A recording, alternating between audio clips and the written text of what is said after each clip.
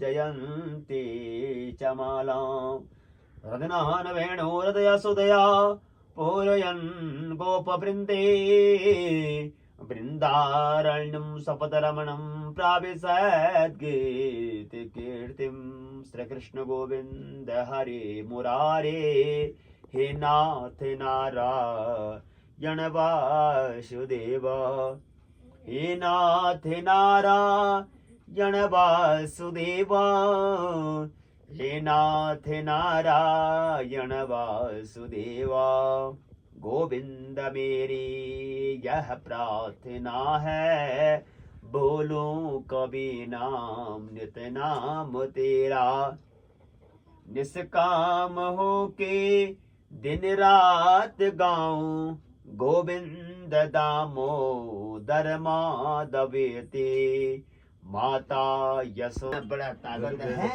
कि इसको जो है श्रवण करने मात्र से मनुष्य का सारा दुख दूर हो जाता है। यही तो ये पुराण हमें सिखाती है। ये कथाएं केवल ये नहीं है कि आप लोगों ने कथा कलावती लीलावती की सुनी और प्रसाद खाया और घर गई। नहीं, ये कथाएं हमें केवल इतना नहीं सिखाती है। ये कथा हमें सिखाती है कि किस प्रकार से ये मनुष्य के दुख को दूर करती है, मनुष्य के कष्टों को दूर करती हैं। क्योंकि ये महाराज ये कथाएं मन के दुख को दूर करने का काम करती है, इसलिए तो कहते कथाओं में जाना चाहिए।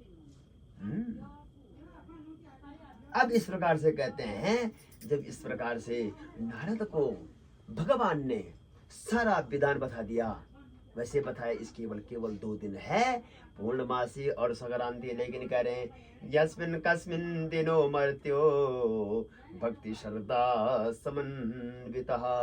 अगर मन में श्रद्धा है, भक्ति है, विश्वास है, आप कभी भी किसी भी दिन इस कथा को कर सकते हैं। मन में भक्ति होनी चाहिए, विश्वास होना चाहिए। सत्यनारायणं देवं यच्चेवे निशामुखे ब्राह्मणे बान्धवेश्चैव सयितो धर्म तत्परा। और फिर क्या कह रहे महाराज, इसका विधान बताया कि सायंकाल में धर्म में आस्था रखते हुए अपने बंधु बांधवों सहित, अपने इष्ट मित्रों सहित इस कथा को करें। इस कथा को करने से मनुष्य को मनवांछित फल की प्राप्ति होती है। देखिए, भगवान के लिए ज्यादा कुछ नहीं चाहिए, केवल सवाई गेहूं का चूर्ण और कदलीय फल अर्पण करते हुए इस कथा को करना है। लेकिन भगवान जी क्या कह रहे हैं, आप कोई भी चीज सुने, कोई भी चीज करें तो उसके लिए मन में भाव होना चाहिए। क्योंकि भाव से आप कोई भी चीज लें तो उसको भगवान स्वीकार करते हैं। और बिन भाव के अगर आप कुछ दें तो भगवान उसको स्वीकार नहीं करते हैं। भाव बिना बाजार में कोई वस्तु होती नहीं अनमोल, और बिना भाव के भगवान लेते नहीं। जैसे हम बाजार जाते हैं, प्रत्येक वस्तु का भाव पूछते हैं, ऐसे महाराज भगवान जी क्या करते हैं, वो हमारे मन के भाव को देखते हैं। जब हमारा मन भगवान की श्री चरणों में लगता है, और भगवान के चरणों में हमारा मन कब लगता है, जब हमारा मन एकाग्र हो। इसलिए तो कहते हैं संसार के लोगों से, संसार के लोगों से आसान किया करना, जब कोई न हो अपना, जब कोई न हो अपना। श्री कृष्ण जपा करना संसार के लोगों से। जीवन के समुद्र में तूफान भी आते हैं, वो आप ही आते हैं, हमको ही बचाते हैं। संसार के लोगों से। महाराज इस संसार के प्रत्येक प्राणी क्या है, मतलब ये है। स्वार्थ है तो बातें करेंगे, स्वार्थ नहीं होगा महाराज तो आज तो ऐसा दौर आ गया, पत्नी भी पति से तभी बात कर रही है जब उसको लगता है ये कुछ देगा मुझे, वरना वो कह रही चल तो अपने रास्ते और मैं अपने रास्ते। इतना घनघोर, जबकि कह रहे हैं ये दृश्य कब होना था, जब कलयुग का चौथा चरण आना था। इधर से तो पुराण कह रहा है सुखे दुखे तो विश्रामी कथा हम मंजू भाषणी। पत्नी पति को कह रही है कि मैं तेरे दुख में दुखी, तेरे सुख में सुखी रहूंगी, लेकिन उल्टा हो रहा हमारा। पति कष्ट में है और पत्नी गुलछड़े उड़ा रही है। उसको कोई मतलब नहीं है मेरा पति दुखी है, मेरा पति कष्ट में है। पत्नी परेशान है और पति को कोई मतलब नहीं। इसलिए तो कहते हैं एक दूसरे की सुख दुख की चिंता करनी चाहिए और एक दूसरे का कहना मानना चाहिए। ये पुराण में यही सिखाते महाराज। इसलिए कह रहे हैं सायकाल में धर्म में आस्था रखते हुए अपने बंधु बांधव से इस कथा को करें और इस कथा को करने के बाद अंत में भगवान का भजन करना है, भगवान का कीर्तन करना है। क्योंकि महाराज भगवान के नाम में इतनी बड़ी शक्ति है, इतना बड़ा ताकत है कि मनुष्य का सारा दुख दूर हो जाता है। बोलो सत्यनारायण भगवान की।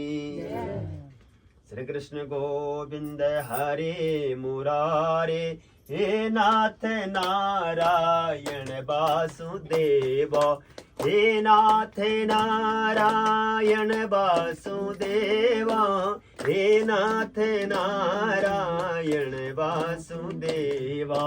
श्री कृष्ण गोविंद हरे मुरारे, हे नाथ नारायण वासुदेव। बोलो शंकर भगवान की, सत्यनारायण भगवान की। कह रहे महाराज अथानक संप्रवक्ष्यामि कीर्तम ये न पुरा द्विजात् कश्चित् कासे पुरे रमे हास्य दीपोत निर्धना। एक काशीपुर नामक स्थान था महाराज, और वहां जो है कौन क्या था, एक ब्राह्मण था। देखिए महाराज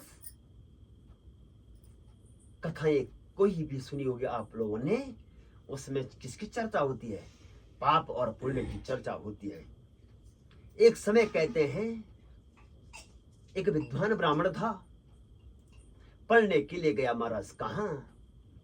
काशी बनारस गया और वहां से वेद वेदांग की शिक्षा ग्रहण करते हुए, योग की शिक्षा ग्रहण करते हुए वे अपने घर को लौटा और अपने पिताश्री को प्रणाम किया। कहा पिताजी मैंने आज सारी शिक्षा दीक्षा पूरी कर ली है।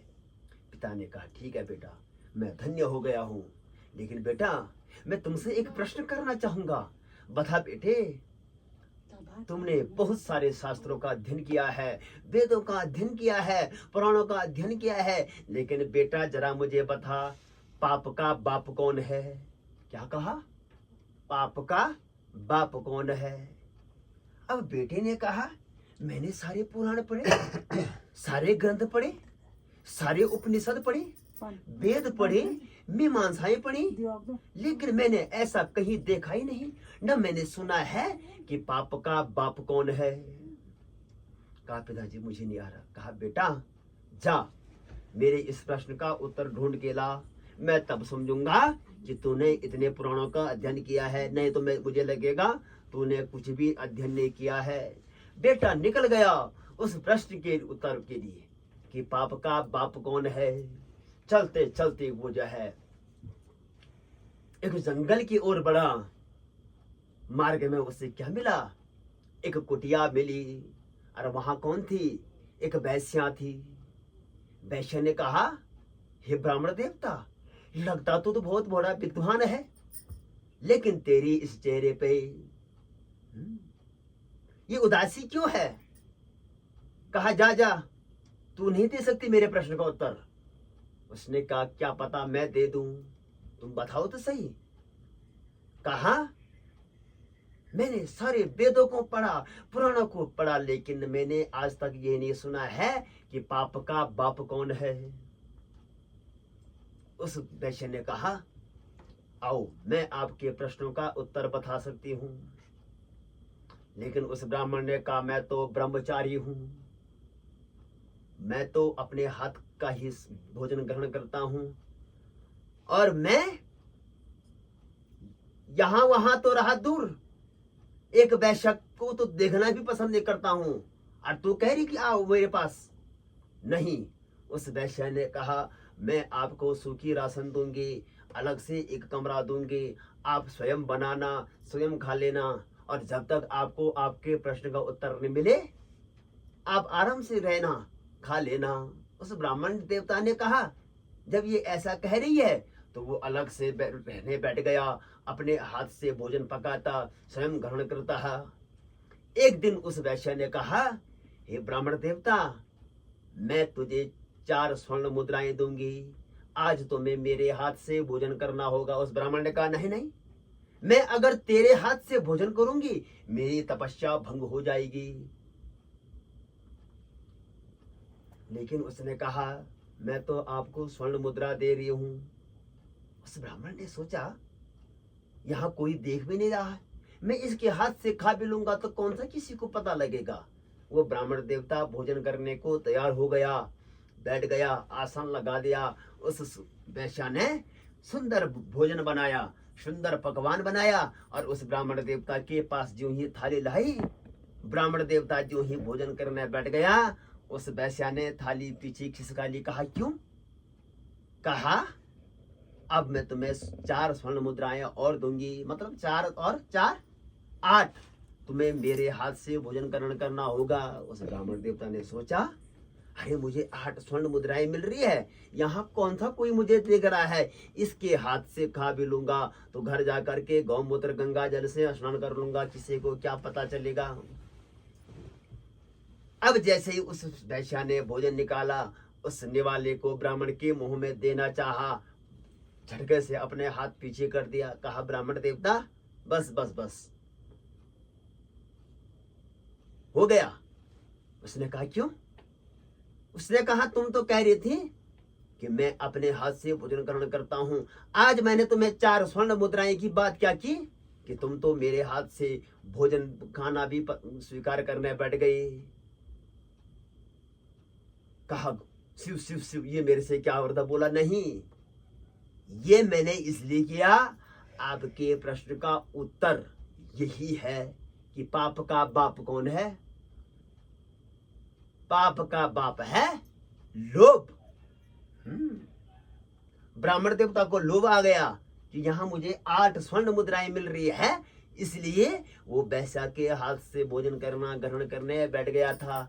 उस वैश्या को उसने प्रणाम किया और वो वहां से निकल गया। तो कहने का मतलब महाराज, कथाएं आती है कि उसने ये पाप किया, वो पाप किया। असली पाप मनुष्य कब करता है? जब उसके मन में लोभ आता है। लोभ के बसीभूत होकर के ही मनुष्य क्या करता है? चोरी करता है, डकैती करता है, हिंसा करता है।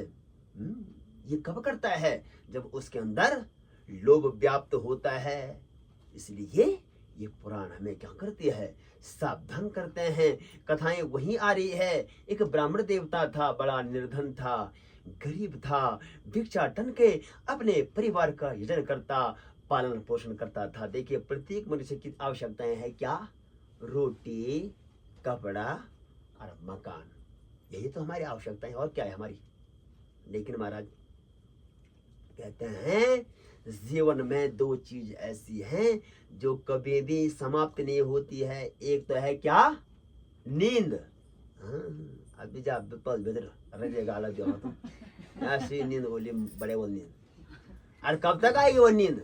आप सवेरे 9 बज जाएंगे, आपकी नींद नहीं खुलेगी। और आप 9 बजे उठो और हाथ मुंह धो लो और नाश्ता खा लो और फिर जाओ चारपाई में और फिर निकालो कंबल, और जो नींद नहीं आएगी तो शर्त की बात है।